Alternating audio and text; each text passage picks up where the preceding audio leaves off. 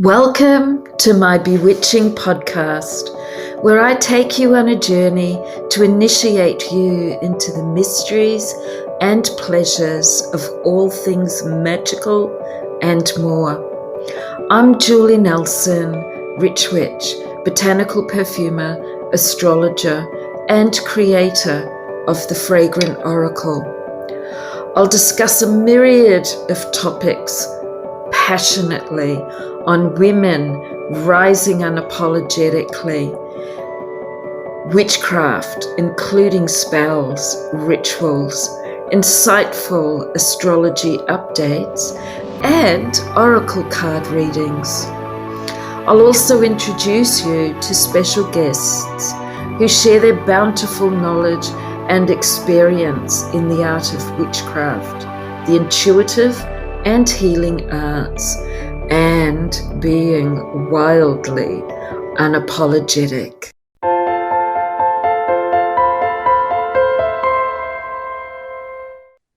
Hello and welcome back, magical ones. This is Julie Nelson, Rich Witch, and I have beautiful Dania Foster back here with us today, the Priestess of Motherhood, and she also has a podcast, the Priestess of Motherhood, amongst other things. So check her out.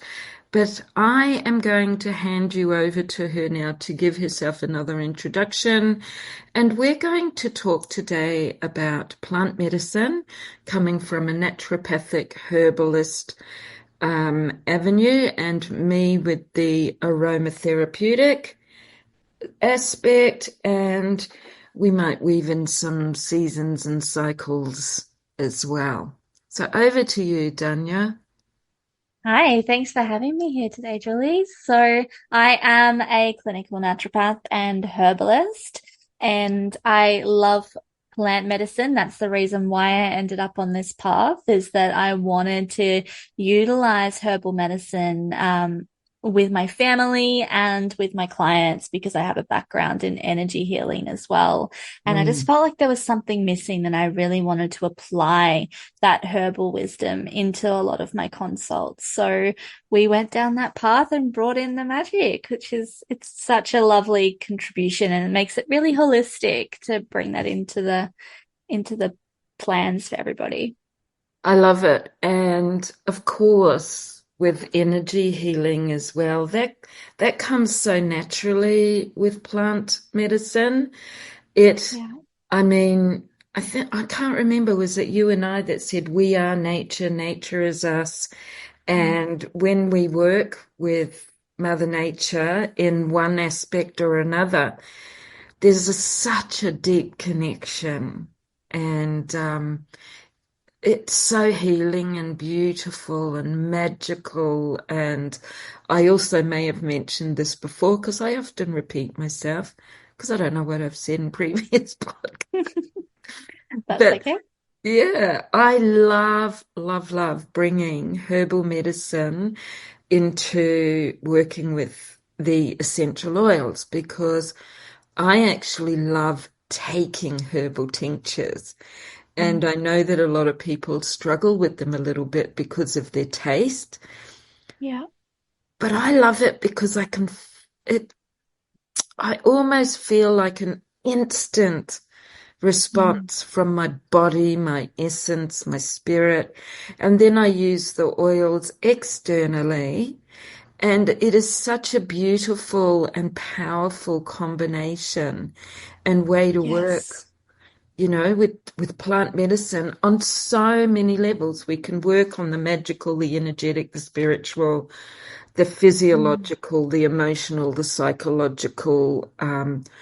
It's powerful. It's It is. And yeah, I think that the reason why, like we say, you were just saying that we are nature, the plants are nature, and how we bring those together is that we are our own personality with our own different attributes and different energies, or you could think about as like somebody hot, is somebody cold, is somebody damp or dry, like we are just talking about the weather before this, and bringing that into like a personality. And then the plants have their own personality to go with that as well. And so it's really like matchmaking of bringing them together and thinking, oh, I think you really need to be introduced to this plant, and this plant needs to come on a journey with you.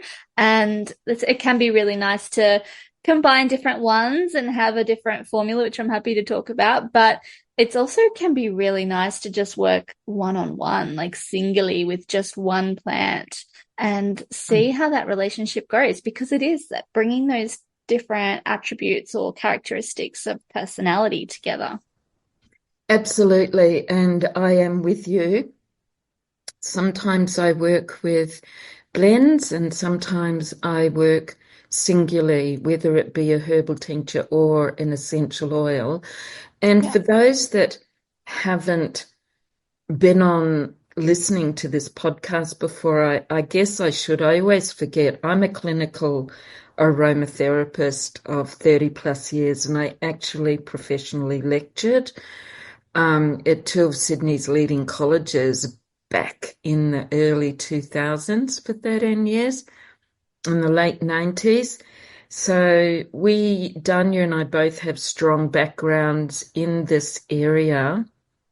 So we do know what we're talking about, unlike many other people. Oh, I'm not going to go there because I get really ranty about people giving advice that shouldn't be. Um, Yeah.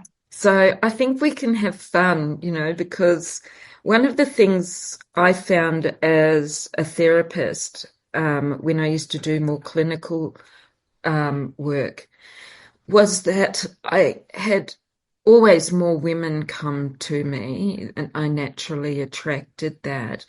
And it was either for the reproductive or the Mm. psychological and emotional, and often they went together. Yes. And yeah, absolutely. And the beauty of it as well is because of the multi indications that they have and what they can work on what levels with you. Um, they're fantastic at the same time. We can work with a specific condition, and I always call that in when I'm working with the oils. But they have multi layers of, Mm. well, I'll talk about chemical compounds in the oils, and they can vary a little bit with the herbal tinctures. And so there's still the underlying um, chemical compounds that can help to boost your immune and support your nervous system. Yeah, I love that about herbs is that we could use a herb for one particular reason, say if it's stress, but then at the same time, that one particular herb, let's use say ashwagandha is really popular with Dania, and Mm. that is something that I use a lot for stress. In motherhood and burnt out mothers, it's one of my favorite herbs, but it's also a really strong anti-inflammatory.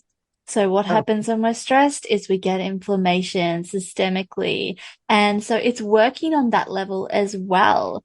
And that's, I think, really powerful that it just intuitively knows how the like that relationship coming through. It knows that if that's happening in your body and you're stressed and you need adaptogenic support, you're probably going to need inflammation support as well. And so the plant's just in there giving all of this support, love. I call withania like the big grandmother hug that comes in and just lifts you up out of that fatigue mm, and supports you. So that's just a little, yeah, insight love on it. how that works herbally as well. I love it. And I used to actually, it reminds me, I need to get some more ashwagandha or withania because I used to love taking it.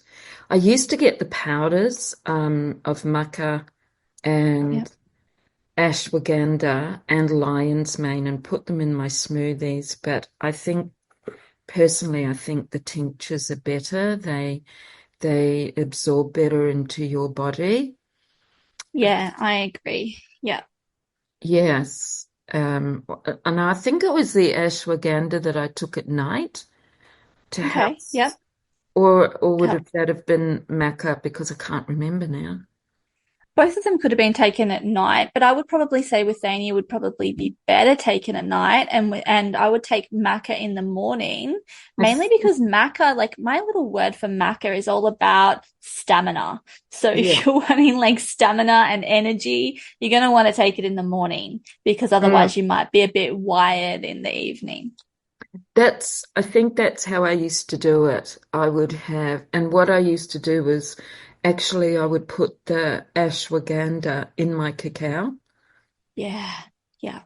because I do love my cacao and I don't believe that it makes any difference. I'm a bit of an insomniac.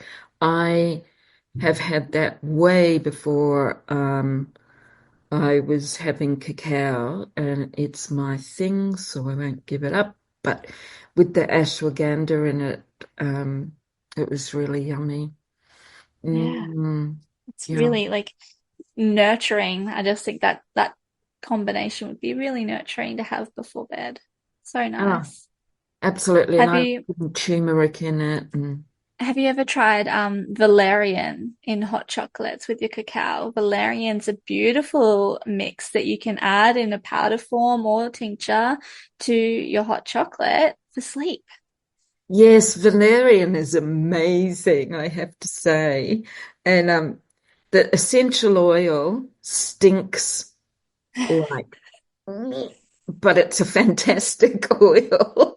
It's Good to sleep, really then maybe knock you good. out so you don't have to smell it. But I remember I had a big cup of tea, valerian root tea, and I just felt like I extra dosed myself up. And I just remember my arms were just so heavy and I was just so like sinking down into the bed. And I felt Ah, very just all my muscles had gone to, pudding and I was just a big soft cloud. And I just remember that was my experience, like first experience with valerian. And I was like, this herb is powerful. it is, it is. And with essential oils, sweet marjoram is, however, we do have a warning not to use sweet marge too much for too long because Mm, the essential oils are 70 times stronger than the yeah. original plant that they're derived from.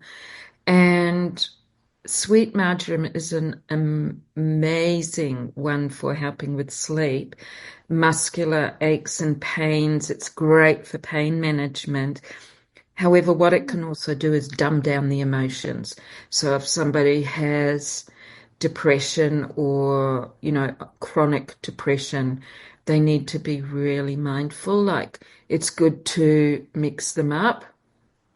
I don't Yeah. know how that goes for Do you herbal. find I haven't used that herbally before. It's not one that I regularly go to, so it's really new information for me. But I find that really interesting. A lot of those herbs that can dumb down the emotions or plants that dumb down the emotion, it can be really good short term, and I consider them like a bridge to get back Mhm. into healthy habits that are supporting you to deal with your emotions, build that capacity to be able to have the strength to deal with that everyday situation. If Yep. you are in a space where you just cannot face it, those those are great plants that we can lean into for short-term support to get across those hard times and then support with other things after. So they definitely Absolutely. have their place. Oh, they do, absolutely. Marjoram, sweet marjoram, was one that I used to use regularly Yeah. for pain management with when I used to Mm, have my bleed, yeah. and with German chamomile, and I Beautiful. loved geranium because it would help to Yeah. balance. Um, So there were quite a few, but I used to hit the big ones like black pepper, sweet marge, peppermint, rosemary, basil. Um, Mm-hmm. I don't know if I said clary sage. So Mm, some I would use at night, some I would use through the day. And I used to have a lot of the women and students come to me because I also was the buyer in the shop at Nature Care College many years ago. And I would always get people coming in. Can you make me a blend? Can you do this? yeah. It's good. It's so nice being able to just combine what everybody needs into that one little special parcel. It's interesting that you're saying you're using those ones for like pain. I use the black pepper Mm. in herbals, but it's like a really strong anti-inflammatory because a lot of like period pain, cycle pains coming from inflammation. So I'm using things like the black pepper, turmeric, ginger, all really high anti-inflammatories. So yeah, that's Yeah. interesting. You And they're using the good for pain essentials. management and like Yeah, pepper. Say, for example, black pepper with basil and ginger. I only use the CO2 ginger just yeah, because it's just superb quality. Um, they're heating. For me, I mm, like heat when I'm in pain. Some people prefer yeah, cooling. yeah, Um, and yeah, that stamina, which many mm, of us don't or didn't have yeah. during our cycle. So yeah, I love black pepper and it is so strengthening. And I It's think like what you're saying about like the heating when you're preferring that for the cycle is because it's stimulating. It's moving all that stagnant energy and yeah. blood through the Hmm. body and it's getting it stimulated and getting it moving out of getting your muscles to contract. And Hmm. that's the job of warming herbs is to Mm. stimulate and move that stagnant energy. So yeah, whereas cooling it's not going to have that same impact. Mm. Yeah. Then we've got peppermint in the essential oil. So low doses, it's cooling. High doses, Mm, it's heating. yeah, So yeah, that's another one that I used to use. And what is low dose, what is high dose can depend on the person. I just wanted to go yeah, to what you said before, like how they are so adaptable, yeah. as they can adapt to what we need them to work for in our body. They know where to go. Mm. Yeah, and that's what we do when we're looking at dosage is we've got our dosage charts and you've got to look at the person in front of you and be like, well, what's their vitality? Like how much can they handle from this? Are they like small, frail? They've got low capacity, low resilience, then we're going to be doing really gentle doses. And we can go Hmm. from drop dosing, just tiny little few drops a day two big high dosing hero doses to get things moving for some big robust energy. So there's such a scale that you can work with. It doesn't have to be one or the other. No, no, it doesn't. Absolutely. And sometimes too with essential oils, we might start off high and then Mm, bring it down to a maintaining. Um, yeah. so it depends, as you said, it depends on the individual, where they're at. Like every one of us are different. I'll give an example that I used to hear a lot of aha moments when I was teaching lavender, for example, because it's well known for being calming and, I mean, it's a first aid kit in a bottle. Mm, However, it's one of those oils that, and it's dose dependent on the individual. So when I say mm-hmm. dose dependent, I'm not talking about ingestion, just the dilution of the blend. So for some Yep. people, one or two drops might be really calming. And for Mm, others, it could be stimulating. yeah. And I used to find mums would say, "Oh my God, I wondered why after the bath my child went ballistic." And I said, "Well, how many drops did you put in?"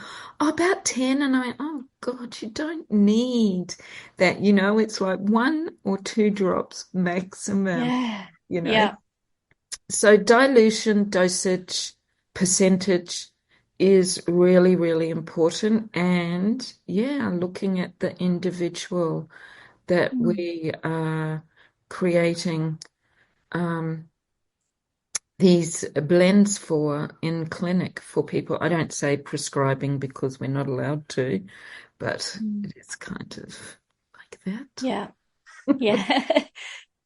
No, it's funny you're saying about like lavender, like herbally, because lavender's got a bit of that antidepressant qualities to it. But something that I found really good use for lavender herbally is for those headaches that come with like a lot of heat. You know, when you get those Mhm. headaches that are really hot and you might want, like, you're going to ice packs or you're going to like the cold flannel on the head, soothing that heat, that overstimulation lavender's so beautiful for that as well. It is. It's a cooling oil, and Mm, it's beautiful with German chamomile. German yeah. chamomile is phenomenal. In essential oils, it's one of the best anti-inflammatories. It's beautiful Mm, for pain management. And it's great, like, you know, they have all their anti-inflammatory, anti-infectious, antiviral, bactericidal, like so many properties. And in Chamomile, incense, yeah, I was going to say it's such a beautiful herb. It's got so many uses, and I remember applying it on the outside of the jawline for my little ones when they were teething, just to soothe, and it's so good. yeah, it's beautiful. And the other thing in aromatherapy, if we're working in a specific condition, so Mm. physiological, it's better to have 3 to 5 essential oils than one if we want to potentize a particular action. So, for Okay. example, with a scar healing blend, like you want this some amazing oils that you can use, Mm. and putting them together potentizes. So if you want a strong cicatrizant or you want a strong anti-inflammatory, which kind of go hand in hand, then Mm. you might put oils that are the strongest, that's kind of their top qualities or Yeah. properties. So in that respect, it works better. For the emotional and psychological, you can work with one or more. So there's a Mm. little bit of difference with that. And remember that we're not ingesting the essential oils, we're applying them topically to the body. That's so important. I'm glad you mentioned that because it's one of those things that drive me crazy that I'll Mhm. rant about is the ingestion of essential oils. So I'm glad you're mentioning that. Well, that's been most of the poisoning reports that have been coming through, I'm going to say it, due to certain multi-level marketing companies, and their Yeah. sellers are not qualified, even though they think they are, because they've done a little bit. And the information is all internal, doesn't come from external. So we've had masses of poisoning reports coming through because they've been incorrectly guided on how to use them. You can't, well, you can. I recommend and highly encourage people not to put essential oils in water Yeah. because essential oils are fat soluble, they're lipophilic, so they don't dissolve in water. So, what happens is when you drink the water, the globules are floating around, they can attach to your gut lining, your esophagus, and over time, you can get ulcerations. I Mm. had one lady that I knew come to me a few years ago because she was told to ingest them. She had an stomach ulcer. Well, you can imagine it actually exacerbated that, and she was in great pain. And they always Yeah. come to me after. Yeah. And it's like, We have to stop clean up. fucking listening to these people. They're, Yeah. they have no idea what they're doing. And Yeah. another thing that's been going around is that frankincense cures cancer. There's actually no material to prove that. There is not enough research. I do want to say it's a brilliant oil, another one that's like a first aid kit in a bottle. It's amazing. Mm. But, speak to the professionals, speak to the ones that are qualified in these areas so you don't go backwards, you can move forwards. Yeah, absolutely. And I get the same thing in my world, like parasite cleansers and all of these different things that people are on for months at a time, and they do them every year. And I'm thinking, oh, you're ruining your gut Yeah. ecosystem. You're killing everybody. So yeah, we get these fads that come through and people sprouting all of this nonsense information that is Mhm. damaging for people, and it can be so frustrating having to then come in and clean up and then re-educate people on the Mm. things that they've thought they've researched and discovered on their own is actually quite damaging for their current Yeah. situation.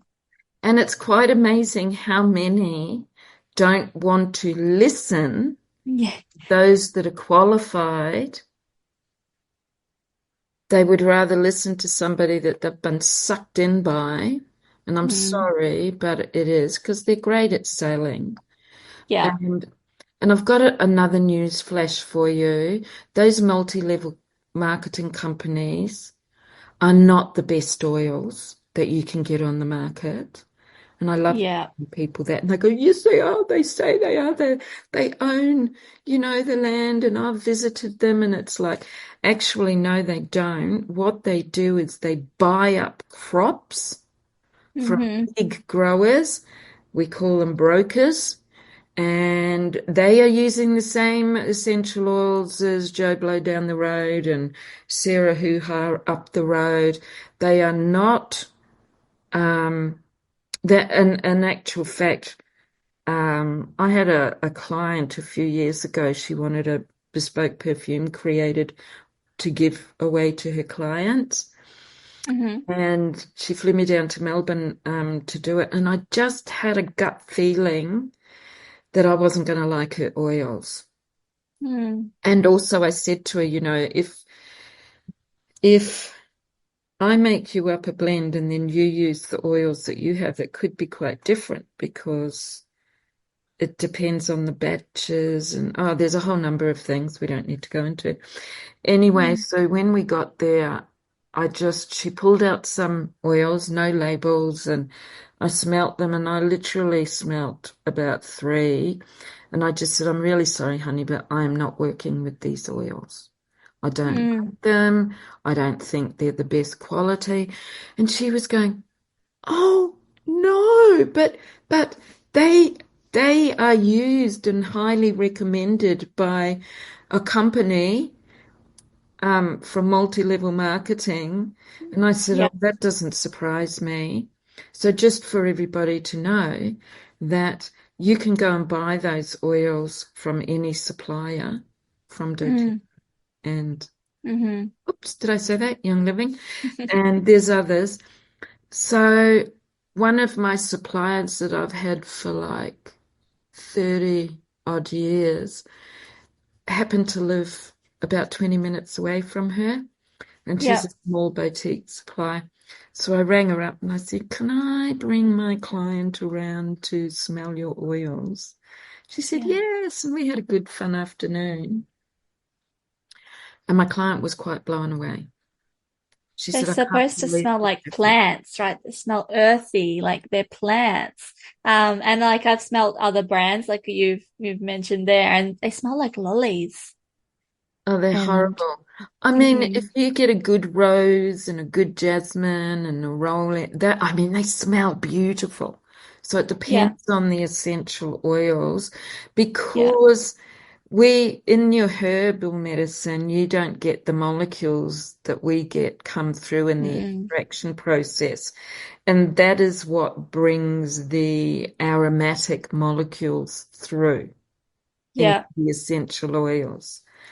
Um, so that's why I like CO2 extracted oils better because they smell more true to the nature of the plant yeah, yeah, itself. Yeah, so there is a bit of difference between the herbal tinctures smell and yeah, the essential oils. But yeah, they're yeah. What can I say? Let's move on. yeah. It's good to be fussy and have a good quality control, isn't it? So yeah, definitely have to be stand by your product. But yeah, what we're talking about, like different herbs for like let's talk about like the menstrual cycle. We've talked a bit about there and like the seasonal wheels. So Mm, I just had a little bit of notes before we came in to say like what shall we talk about? So we know that the menstrual cycle is like a wheel, right? And it reflects the mhm, seasons. So we've got the menstrual or the bleeding phase is all about our inner winter. And so therefore, it's obvious that we'd be wanting like warming herbs because if we're in a winter phase, our body needs to stay warm and stay stimulated and get mhm. that their muscles and our blood moving. So that's where we use a lot of those warming herbs through that menstrual phase. And then like moving into the follicular phase after the bleed is our spring. And Mm. that's our energetic phase. And we are lifted, we're faster. And this is where we may be wanting some cooling herbs because we might be getting a bit more edgy and a bit more lively. So just keeping it moving. And it's very fast energy. And then we've got our ovulation phase, which is our inner summer. And that's also another cooling phase of our cycle and another fast phase and where we're feeling really strong and outgoing. And that's like the full moon phase if we correlate it to the moon cycle as well. And so you'd be wanting some more cooling herbs through that as well. And um, I've got some herbs down here for that sort of summer phase would be like your maca and things like that to help you with your Nice. stamina and keep going. And then you've got your luteal phase, and that's your inner autumn. And that's all about slowing back down after that big peak. And it's about coming back in and warming the body again and slowing down and allowing for that rest. And that's one of my, even though it's like people struggle the most in this phase, it is one of my Mm. favorite phases because we get that reprieve. We get that chance to be like, actually, no, I'm going to call a boundary here and take the rest that I really want. And it's a beautiful phase if we embrace it, because I know that a lot of people struggle to embrace that. I was just going to say, and culturally can have an impact as well. And here in Australia, I can only Mm. speak for us here, but people are too busy. Women haven't been, um, God, I can't think of the word. They haven't been educated in the different Mm. phases and how to treat their bodies through the different seasons. And it's always Yeah. been get up and go. Deal with the Hmm. pain, deal with the spasms and the cramps, and deal with the Yeah. tiredness and the bleeding. And if more women stepped into being in tune with the different phases for them, they'd find they'd be a lot more productive. They mentally and emotionally, they would Mm. feel better. I'm not saying that it's going to take the pain away, but it's just like tuning into your body and working with it, Mm. not against it, I think is Yeah. very important. I think you know this from me from our last chat is I'm all about stepping out of that cycle and Mm-hmm. creating your own version of life and what's going to suit you. So I'm very privileged in that I get to create that space for myself in that season of my cycle. And I'm encouraging the women that I'm working with to find ways in their life that they can create that space. And if, because what we get is a lot of people coming that they're burnt out, they're tired, they need to keep going. They want to get off the 5 coffees a day and find something natural. So they're looking for like a natural replacement for that coffee hit. And I'm Mm-hmm. like, well, actually, the replacement is rest and slowing down. And if you want to do the adaptogens and the staminas, then let's do them in those high energy periods of your cycle. And that's why I say, like, use the maca in the follicular and the ovulation phase, and then save the nourishing and the nutritive herbs for the luteal and the menstrual phase, because that's like dropping your body into that rest, allowing it to rest. Because using adaptogenic herbs is just like pushing through with taking more coffee and stimulants because it's just telling your body to keep up, keep up, keep up, keep up. Defeating the purpose, Yeah. yeah, of what we want to achieve. So knowing when to use adaptogens is so important. Yeah.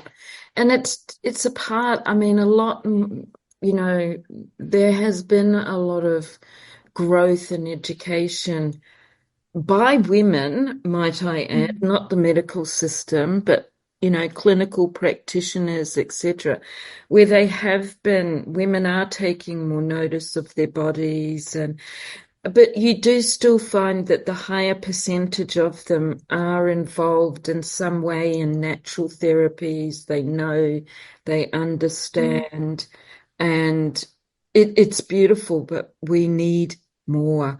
We need women to really honor themselves, their bodies, their minds, their spirits, so that we can perform better. And this is something that I really I think it's important to talk about from our perspectives and what we can use to help Yeah. with them. And if you need rest, like if I want to go and have a nap, I go and have a nap. If I just, I mean, yes, I don't work a full-time job and I'm blessed to be able to work from home and choose my hours. And I Mm. know that my best time, my most creative time, is either mid-morning or at night. Yeah. I'm not so great through the day, so I work with what works for me. Yeah. And, it's really important. So the thing is, a lot of women, younger women especially, are stuck in jobs. Yeah.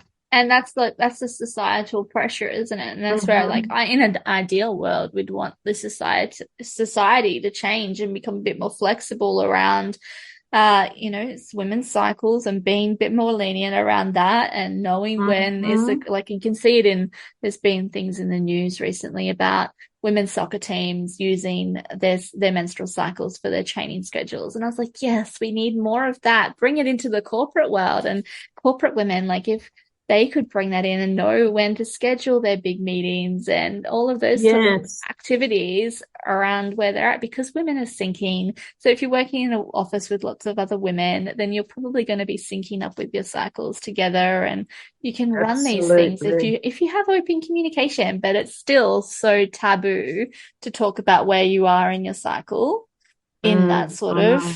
society. And oh, absolutely. And also, women don't have to feel that they've got to compete with men, so be in their masculine energy all the time, um, Mm.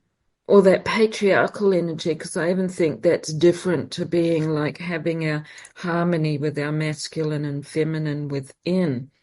And Yeah. it's like if you wanna rise above all that, you've got to now, well, you don't got to anything. Um, you are better to honor yourself. Don't play their game Mm. and, start being the activists, the revolutionists, the women Yeah. stand. Fuck patriarchy. Yeah. And when I talk about patriarchy, I'm not just talking about men. There's a lot of women out there that need, you know, Yeah. I It's a find it big quite thing.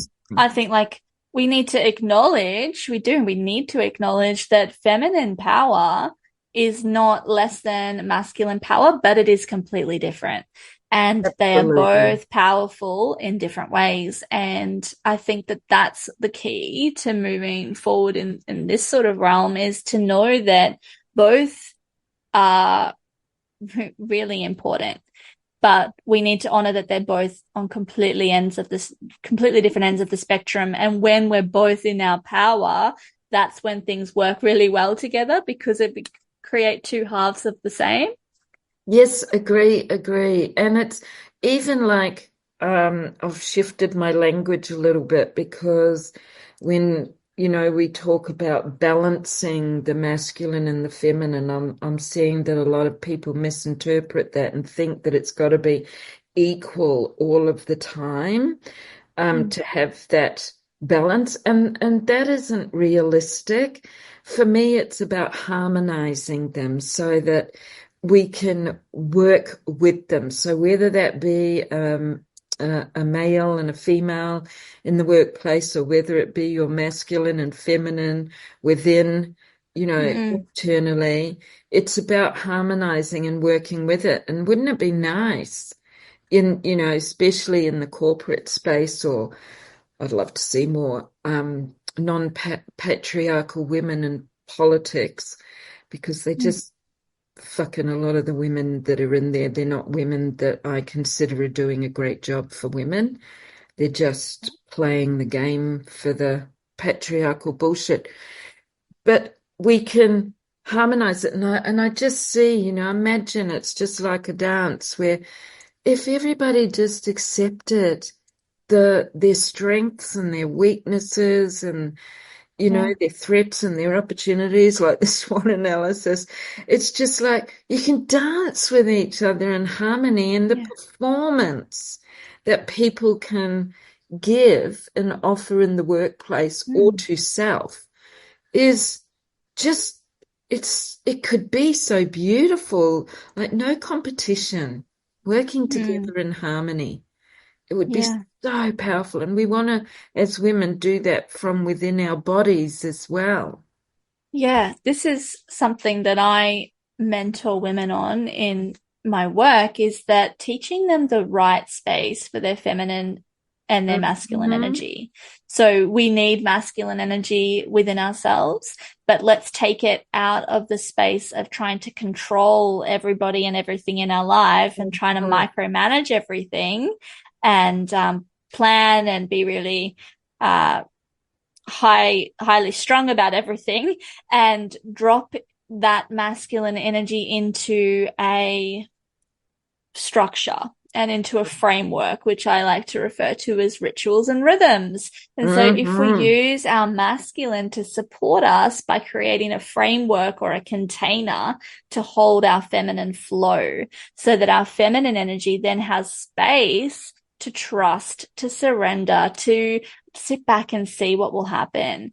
And Hmm. that's where we get to drop into that power within our feminine if we allow our inner masculine, because we have it as women, we can't deny it. We need it. We need to Yeah. have our masculine as something that makes us feel safe and stable. We're multi-dimensional, we're multi-layered beings, and it's Mm, again harmonizing everything, working with what we need yeah, to work. Sometimes we need to sit in our masculine more, sometimes we need to be in our feminine more, as you were saying, and it's like yeah, that dance and harmony. You don't have mm, to be equal of both, which I've been noticing a lot lately that women have been saying, I'm trying to balance my masculine and feminine. And when I have mm, conversations with them, I realize that their perception of that is at quite out of whack. So I use yeah, the term harmony now. mm, To people, for many people, balance means equal all at the yes. same time. It doesn't, we can't, we're complex beings. Yep. Yes. No, I often use that analogy of your masculine is the container and then what you fill it up with is your feminine. So giving it some structure, giving it some boundaries, but also and like holding that's your, what you want to do and where you want to see your ambitions and your purpose and everything like that. But what you do with that and where it moves is that's your feminine flow. Mm, It's like I always say, it's education. It's not, people come to us, they want something and they want a quick fix. Quick fixes Mm, don't work. It's a journey because we're helping you to retrain yourself, your brain, your yep. beliefs for the better, for your Yeah. better, and for the good of other people around you as well. It Yeah. benefits everybody. And it's really important to start with that educational aspect. For me, like we're counselors, we're educators, we're therapists, all Mm, wrapped up in one, and we do the training for it, of course. Um, and it's retraining it and is because we didn't educating. get to this place, or if you are struggling, if you are suffering, you haven't got to that place instantly. It's taken a lot of beliefs and a lot of habits and a lot of patterns that you've adopted as your identity that Mhm. have left you in this now situation. And so when you're on a path of healing, you're peeling back those layers like the onion to get back to your ideal self. Absolutely. And for some people, the journey isn't as long and may not be as complicated. So again, it's important to look at everybody as an individual. Mm, And I just keep coming back to self-love and self-honoring, which is something that, well, I do because I can, but I know when I was younger, I didn't. Really allowing ourselves time for rituals, to yeah, be in rhythm, yeah, to move through the systems, mm, the seasons, I should say, with yep, ease and grace and power, because we are powerful. mm, We are very powerful beings, yeah. referring to women there, of course. Yeah, and knowing that and claiming it, and a lot of women that I have worked with have it's taken a bit of practice to get into that flow of actually believing that you are allowed to claim that energy because there's a Hmm. lot of say reasons or beliefs that they've adopted that have said that they're actually not allowed to do that and Hmm. think yeah you are, you're allowed to feel all of these things. Yeah, you can do absolutely. And you do these things for you. Fuck everybody else. Hmm. It's not Hmm. about them. If you have a partner that sometimes people try to stop us by pulling us down because they're afraid. They might Yeah. be in fear of the changes that you are going through to really honor yourself more. So therefore, there's that coming into that masculine and feminine with yourself as well, like holding the container, filling it up, Mm, and standing in your truth, standing in your power, and mm. knowing that it is your right. It's not just okay. This is your right as a human being. And So do you have, just a question for you, do you mm, have particular oils and plants that you move to say enhance that feminine energy or enhance the masculine energy? Do oh, you have masculine and absolutely. feminine plants? What are your go-tos? Okay, I guess it can great. be really individualized. Like, I Yeah, understand that. absolutely. I can rattle off a whole lot, but I'll give you some of my favorites. So when I want to Mm, step into my absolute divine feminine essence, which yeah. is very empowering. So I like to go with what I call the big goddesses, and that might be rose, Yeah. jasmine, neroli, Hmm. ylang-ylang. So they're the most common. I use a lot of others as Beautiful. well, but they're not so common. Yeah. They're very much, and they have their own archetypal energies. So Rose is the sovereign queen. It's Yeah. about receiving, ruled by the goddess Venus. Mm, Jasmine is associated to the moon and the mermaid, and she's the seductress. Ylang-ylang, she's just bold, outright bold and confident and sassy. Think of her as like the burlesque dancer. She's yeah. she's very sassy. And then Yeah. Neroli is more ethereal, but she's a great Mm, protector.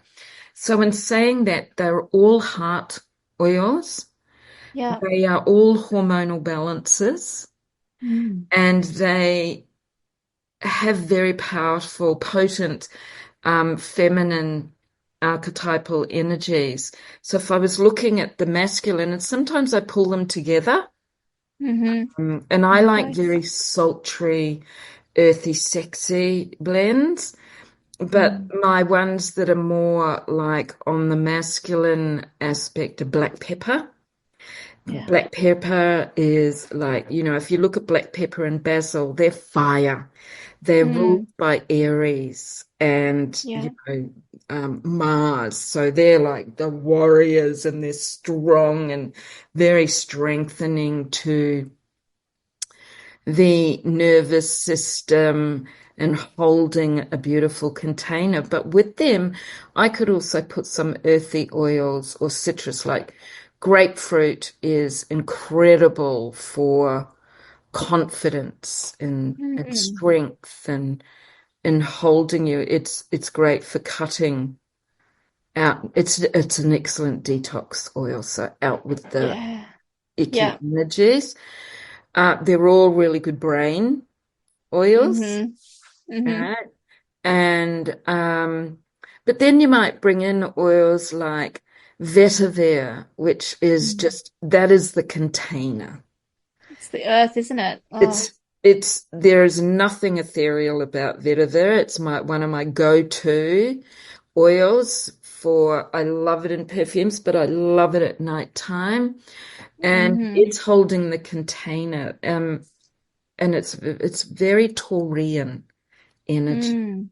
Taurian and Venus. So it's that earthy, um, just holds that beautiful container, homely and warming. And then perhaps like oils, like I'm a patchouli girl. I love patchouli. And even though it's not an earthy plant, comes from the leaves, it has, it's very adaptable. It's great for the feminine and masculine. And I find that with Yeah. sandalwood as well. Yeah. And then Yeah. you've got I frankincense. love that combination of sandalwood and patchouli together. Mm-hmm. I love putting my favorite base blend. Mm. For depends on the perfume, but for a base like chocolate, cacao, absolute, Mm.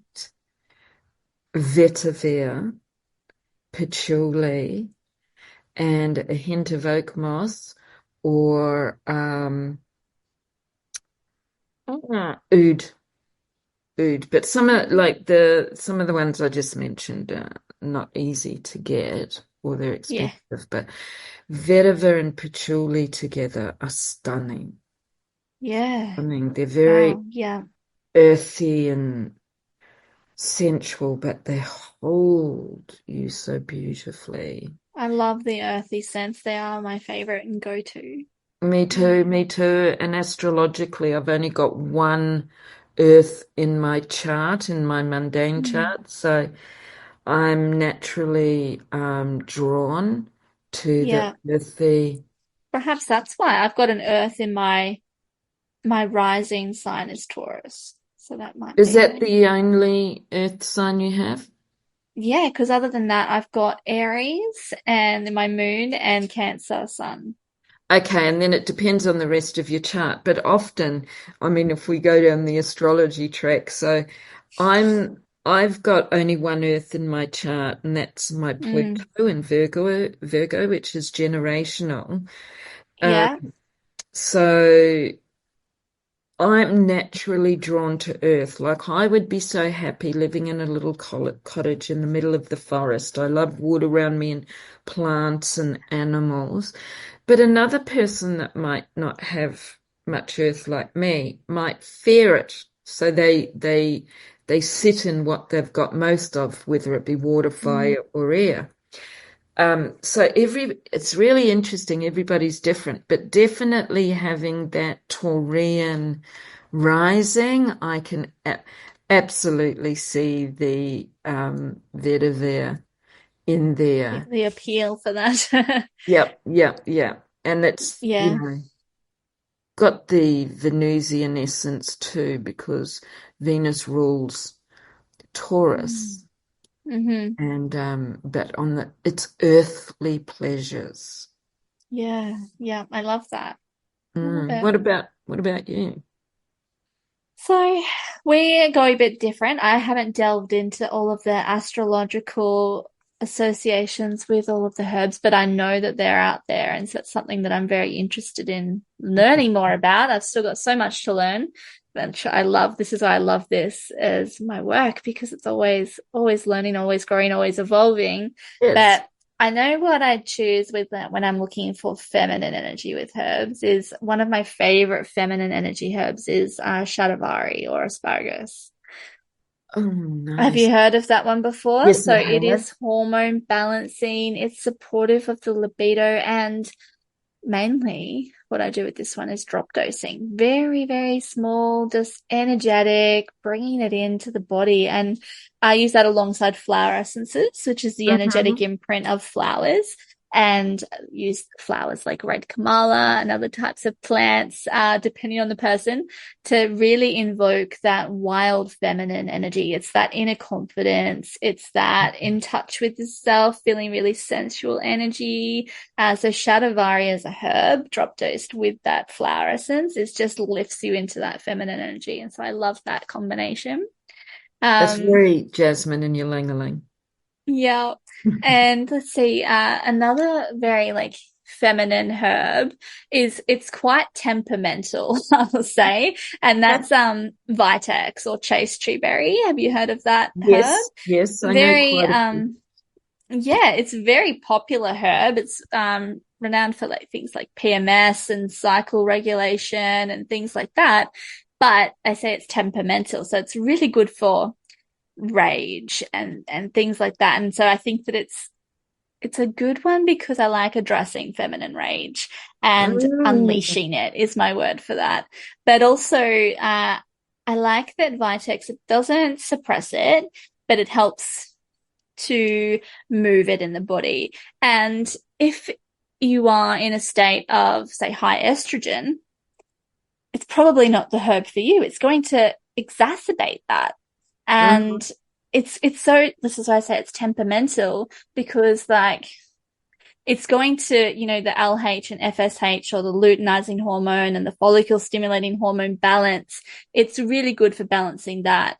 But Mm. if your LH, your luteinizing hormone, is in dominance already, then it's going Okay. to exacerbate that and send you more into your masculine. So that's where the Hmm. rage, it's just like walking along that tightrope.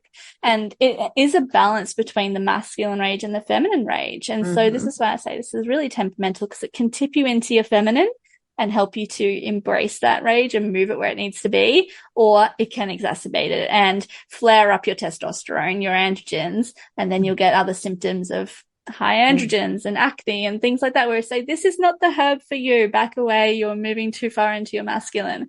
So I love Yeah. that one for walking the edge and sort of looking at where somebody is and being like, do we want to do this one? Or no, we're not going to go there just yet. And just knowing when's the right time to use that herb.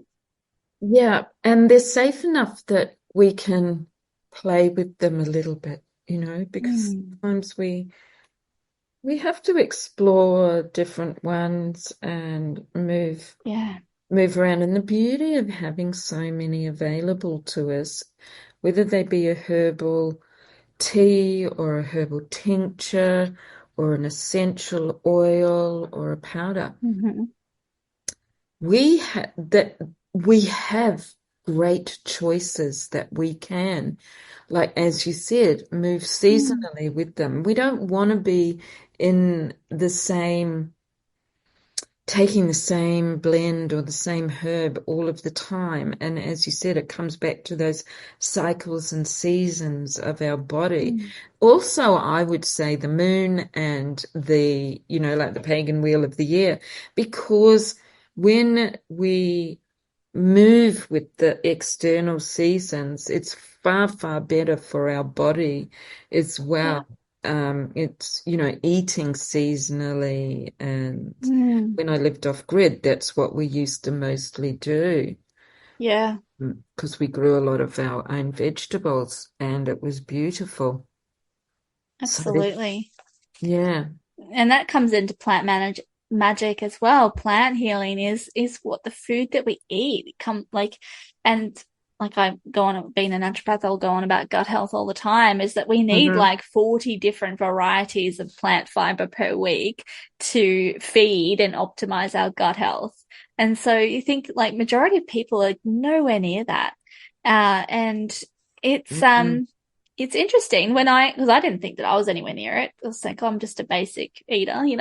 That's like, that seems excessive.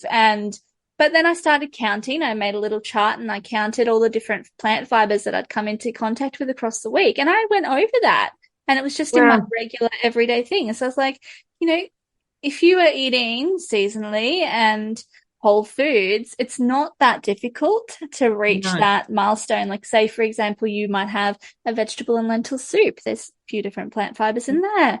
You might have like a nutty and seedy granola, and that's got all these different types in there as well. And then you'd have your fruits and your veggies and different grains or whatever it is that you might have coming into your week. And there you go. Like, it's not I know that people seem really daunted by when they say, like, you They're need to not that have a hard. big variety. And it's like, well, we can make it easy for you. It doesn't have to be difficult.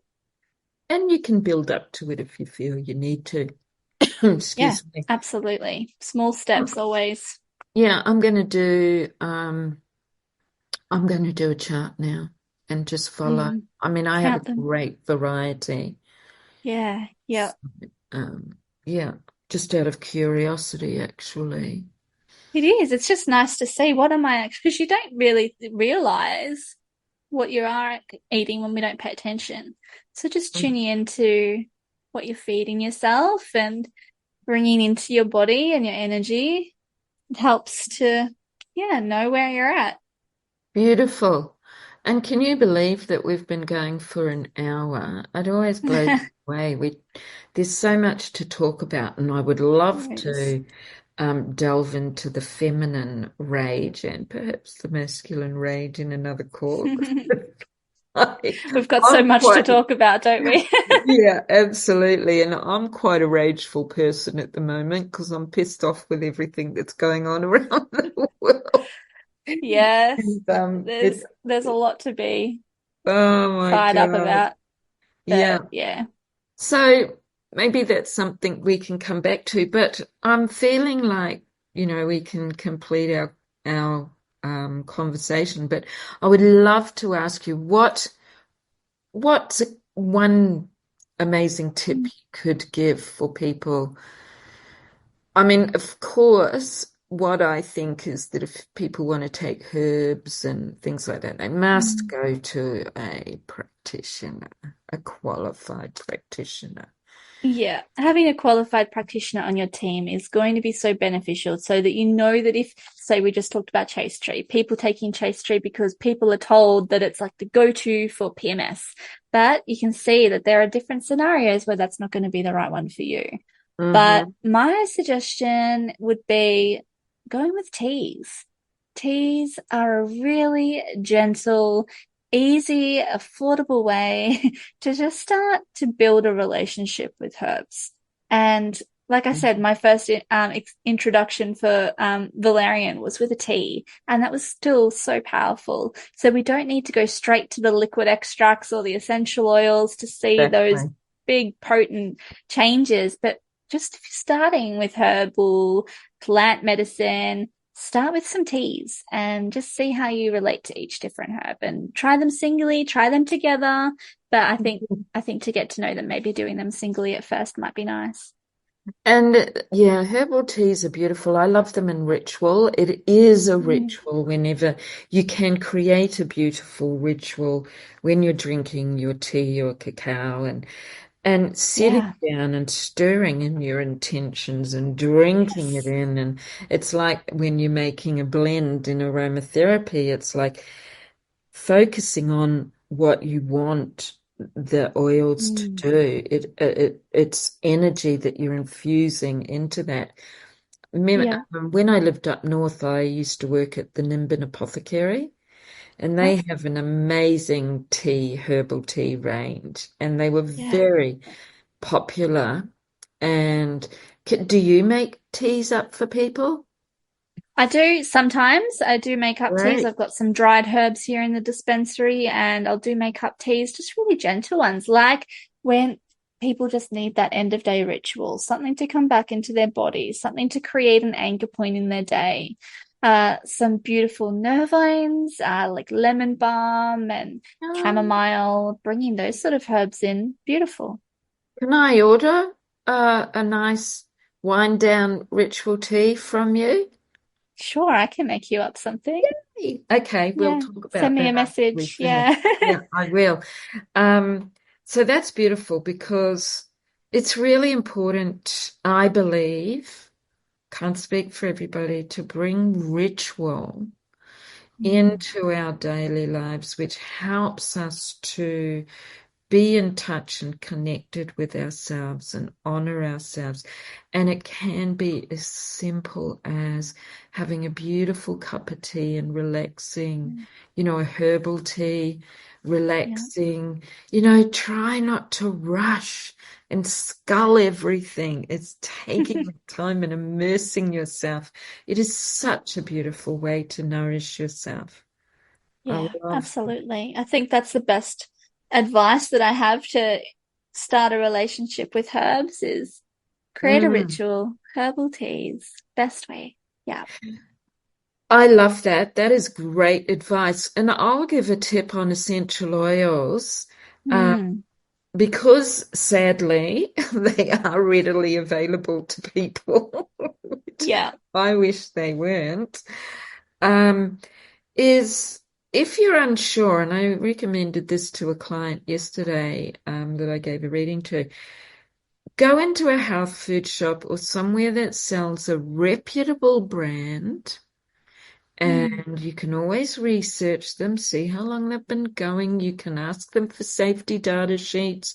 You can, find out their history. That is your right as a consumer and customer. But if you're not sure where to start, go in, take a little notebook with you, go into a good health food shop or, you know, and smell the oils. mm, And then just take a moment and perhaps try to do all of them. Maybe choose three and then just smell them and take them in and really notice it. Notice what happens to your body. Do your shoulders drop? Do you smile? Do you feel relaxed? Does it excite you? And take little notes in your notebook.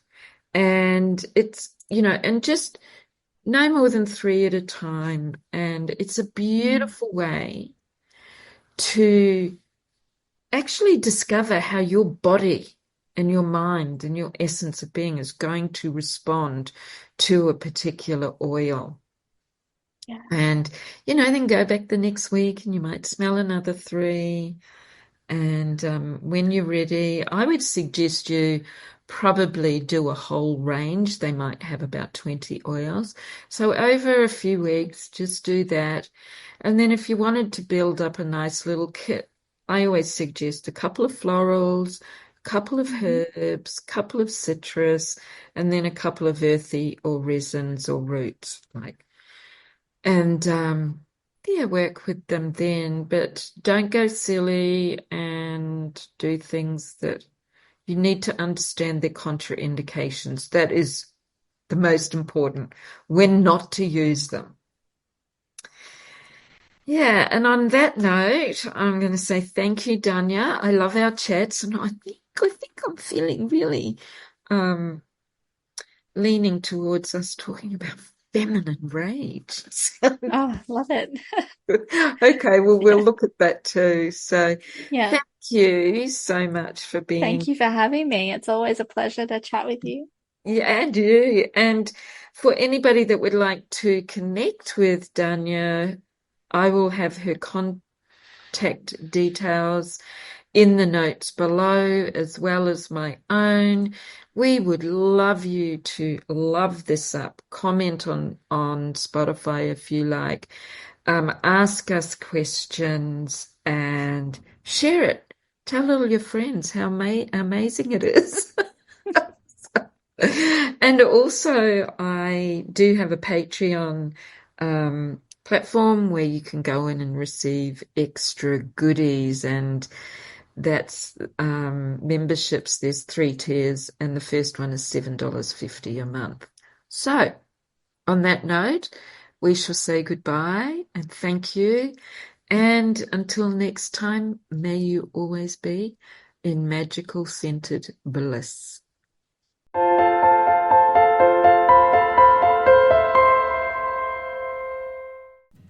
Thank you for joining us on the enchanting journey through the realms of magic, mystique, and self-discovery. I hope you enjoyed our time together on the Rich Witch podcast, where we delve into the depths of witchcraft, astrology, and the unapologetic rise of women. Please subscribe, rate, and leave a review. And as we wrap up, I encourage you to carry the wisdom and magic we've shared into your own life. Embrace the power within you and revel in the beauty of your own unique journey.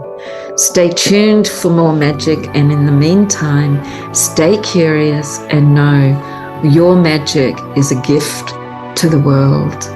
Blessed be, beautiful ones, and remember, the magic is always within you. This is Julie Nelson, signing off.